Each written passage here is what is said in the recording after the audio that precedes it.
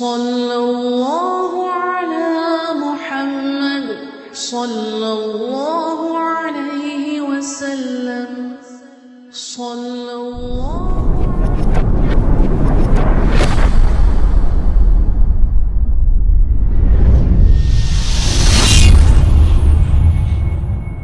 ബിസ്മില്ലാഹിർ റഹ്മാനിർ റഹീം.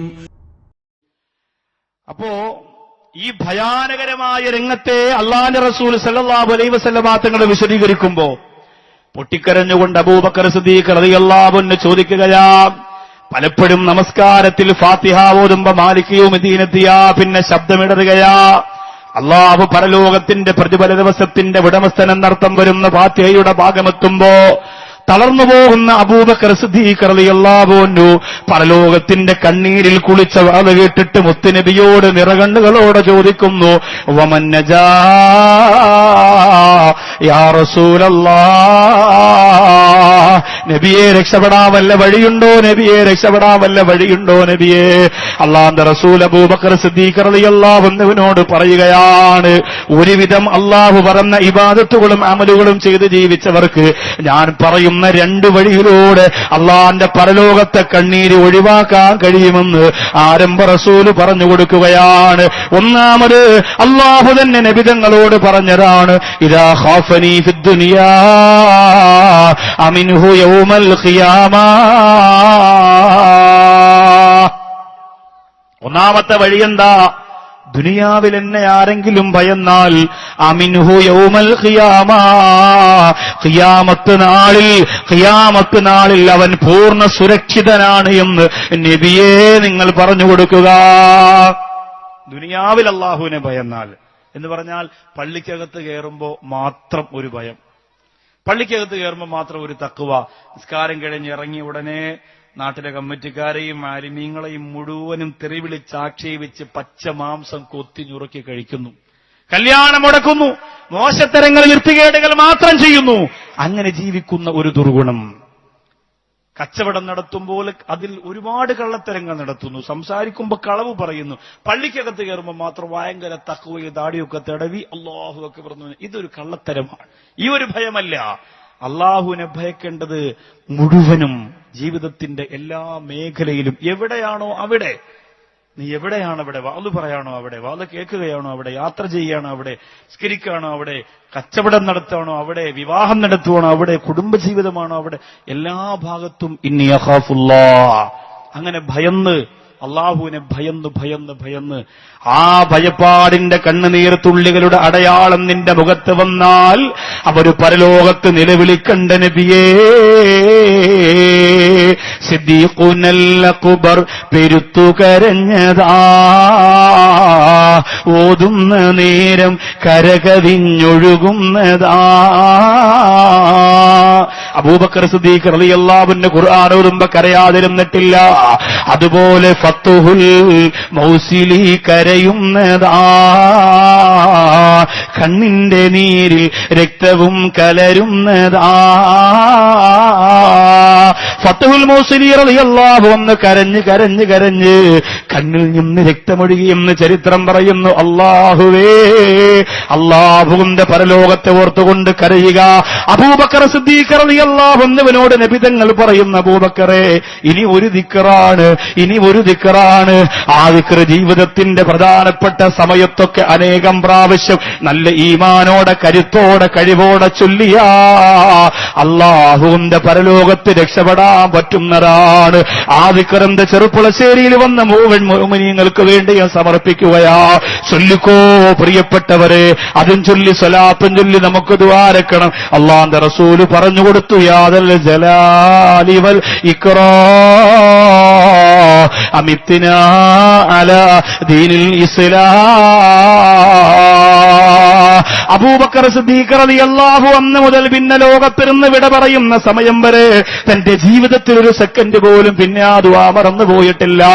എന്റെ ചെറുപ്പുളശ്ശേരിയിൽ വന്നിരിക്കുന്ന ചെറുപ്പക്കാരാ, അവർക്കൊക്കെ ജീവിതത്തിലൊന്നും പേടിക്കാറില്ല. ഒരു സെക്കൻഡ് പാഴാക്കാതെ ഇബാദത്തിന്റെ ആരാധനയുടെ ആത്മീയതയുടെ പരമോന്നതമായ പദവിയിലേക്ക് നീന്തിപ്പോര മഹത്തുക്കളാ. അവർക്ക് ദിക്ർ ചൊല്ലിയിട്ട് പൊട്ടിക്കരയേണ്ട ആവശ്യമില്ലായിരുന്നു. പക്ഷേ അള്ളാഹുവിനോടുള്ള ഭയം കൊണ്ടവരറിയാതെ കരഞ്ഞു പോയതാ. കഞ്ചാവ് കൃഷി നടത്തുന്നവരെ, പാലക്കാടിന്റെ തെരുവോരങ്ങളിൽ കഞ്ചാവ് കയറ്റിവിടുന്നവര്, ക്യാമ്പസിൽ പഠിക്കുന്ന മക്കളുടെ ശരീരത്തിലേക്ക് കഞ്ചാവ് കച്ചവടം നടത്തിയിട്ടവരെ നശിപ്പിക്കാൻ ശ്രമം നടത്തുന്നവരെ, നമ്മുടെ കേരളം പോകുന്നത് വളരെ വലിയ ഒരു നശീകരണത്തിലേക്കാണ്. ക്യാമ്പസുകളിൽ, സ്കൂളുകളിൽ കുഞ്ഞുമക്കൾക്ക് പോലും കഞ്ചാവിനും ലഹരിക്കും അടിപ്പെട്ടുകൊണ്ടിരിക്കുന്നു. അല്ലാ, ഞങ്ങളുടെ വീട്ടിൽ നിന്ന് ഇറങ്ങിപ്പോകുന്ന മക്കൾ തിരിച്ചു വരുന്നത് ഏത് കോലത്തിലെന്നറിയില്ല. അല്ലാ, 17, 18, 19 വയസ്സായ പെൺമക്കൾ അള്ളാഹുവേ വടികേടുത്തരത്തിലേക്ക് പോവുകയാ. പ്രിയപ്പെട്ട വാപ്പയെ മറന്നും മരമറന്ന് കണ്ടവന്റെ മസിൽ പവറിന് വേണ്ടിയിട്ട് ഇറങ്ങി ഓടുകയാ. അള്ളാഹുവേ നീ കാക്കണയല്ലാ.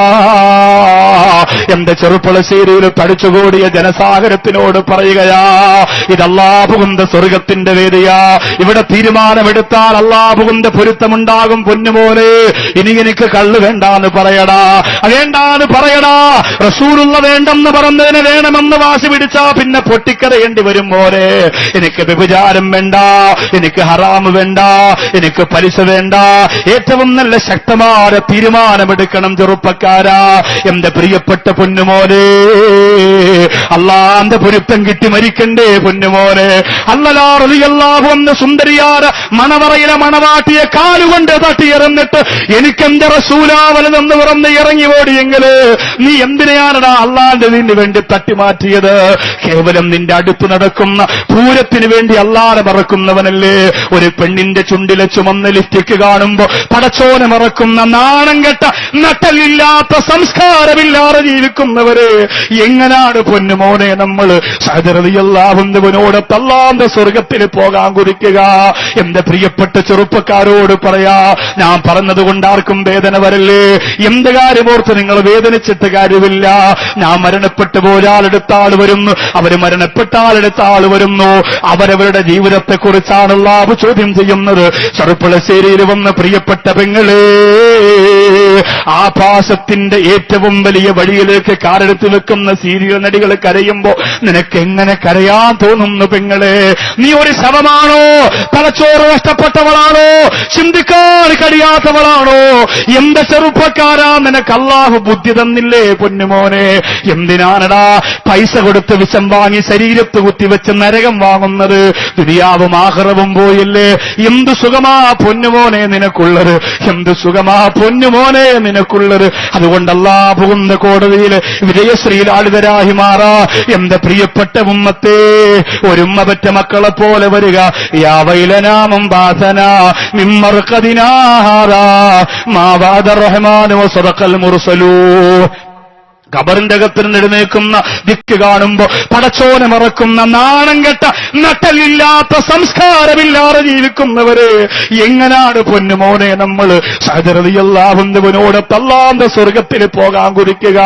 എന്റെ പ്രിയപ്പെട്ട ചെറുപ്പക്കാരോട് പറയാ, ഞാൻ പറഞ്ഞതുകൊണ്ട് ആർക്കും വേദന വരല്ലേ? എന്ത് കാര്യമോർത്ത് നിങ്ങൾ വേദനിച്ചിട്ട് കാര്യമില്ല. ഞാൻ മരണപ്പെട്ടു പോയാലെടുത്ത ആൾ വരുന്നു, അവര് മരണപ്പെട്ടാലെടുത്ത ആൾ വരുന്നു.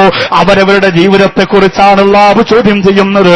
ചെറുപ്പളശ്ശേരിയിൽ വന്ന് പ്രിയപ്പെട്ട പെങ്ങളെ, ആഭാസത്തിന്റെ ഏറ്റവും വലിയ വഴിയിലേക്ക് കാലെടുത്ത് വെക്കുന്ന സീരിയൽ നടികൾ കരയുമ്പോ നിനക്ക് എങ്ങനെ കരയാൻ തോന്നുന്നു പെങ്ങളെ? നീ ഒരു ശവമാണോ? തലച്ചോറ് നഷ്ടപ്പെട്ടവളാണോ? ചിന്തിക്കാൻ കഴിയാത്തവളാണോ? എന്റെ ചെറുപ്പക്കാരാ, നിനക്ക് അല്ലാഹു ബുദ്ധി തന്നില്ലേ പൊന്നുമോനെ? എന്തിനാണടാ പൈസ കൊടുത്ത് വിഷം വാങ്ങി ശരീരത്ത് കുത്തിവെച്ച് നരകം വാങ്ങുന്നത്? ദുനിയാവും ആഖിറവും പോയില്ലേ? എന്ത് സുഖമാ പൊന്നുമോനെ നിനക്കുള്ളത്, എന്ത് സുഖമാ പൊന്നുമോനെ നിനക്കുള്ളത്. അതുകൊണ്ട് അല്ലാഹുവിന്റെ കോടതിയിൽ വിജയശ്രീലാളിതരായി മാറാ. എന്റെ പ്രിയപ്പെട്ട ഉമ്മത്തേ, ഒരുമ്മ പറ്റ മക്കളെ പോലെ വരിക. യാ വൈലനാമം ബാസന മിമ്മർഖദിനാഹാറാ മാ വഅദ റഹ്മാനു വസദഖൽ മുർസലൂ. ഖബറിന്റെ അകത്തിൽ എഴുന്നേൽക്കുന്ന യാദൽ ജലാലി വൽ ഇക്റാം أمتنا على دين الإسلام يا ذا الجلال والإكرام أمتنا على دين الإسلام يا ذا الجلال والإكرام أمتنا على دين الإسلام ഇതിന്റെ അർത്ഥം ഉന്നതനും മഹാനുമായ അല്ലാഹുവേ ഞങ്ങളെ മുസ്ലിമായിട്ട് തന്നെ മരിപ്പിക്കണമെന്നാണ്. ഒരു 3 പ്രാവശ്യം കൂടെ ആ അർത്ഥം മനസ്സിൽ കരുതി നല്ല നെയ്യത്തോടെ പറയും. എങ്ങനെയാണ് മരിക്കുന്നതെന്ന് പറയാൻ പറ്റൂല. അള്ളാഹു നമുക്ക് ഈമാനുള്ള മരണം തരട്ടെ. മരിക്കുമ്പോൾ മാലാകമാര് ഞങ്ങളെ സ്വീകരിക്കുന്ന മരണം അള്ളാഹു തരട്ടെ. അള്ളാഹിന്റെ സ്വർഗവും മുത്ത് ഹബീബിന്റെ പ്രകാശമുള്ള വദനവും കണ്ട് മരിക്കാനുള്ള മഹാഭാഗ്യം അള്ളാഹു തരട്ടെ. യാദൽ ജലാലി വല്ലിക്റാം അമിത്തനാ അലാ ദീനിൽ ഇസ്ലാം യാദൽ ജലാലി വല്ലിക്റാം അമിത്തനാ അലാ ദീനിൽ ഇസ്ലാം യാദൽ ജലാലി വല്ലിക്റാം അമിത്തനാ അലാ ദീനിൽ ഇസ്ലാം ബിഫദ്ലി സല്ലല്ലാഹു അലാ മുഹമ്മദ് സല്ലല്ലാഹു അലൈഹി വസല്ലം സല്ലല്ലാഹു അലാ മുഹമ്മദ് സല്ലല്ലാഹു അലൈഹി വസല്ലം സല്ലല്ലാഹു അലാ മുഹമ്മദ് സല്ലല്ലാഹു അലൈഹി വസല്ലം സല്ലല്ലാഹു അലാ മുഹമ്മദ് സല്ലല്ലാഹു അലൈഹി വസല്ലം സല്ലല്ലാഹു അലാ മുഹമ്മദ് സല്ലല്ലാഹു അലൈഹി വസല്ലം സല്ലല്ലാഹു അലാ മുഹമ്മദ്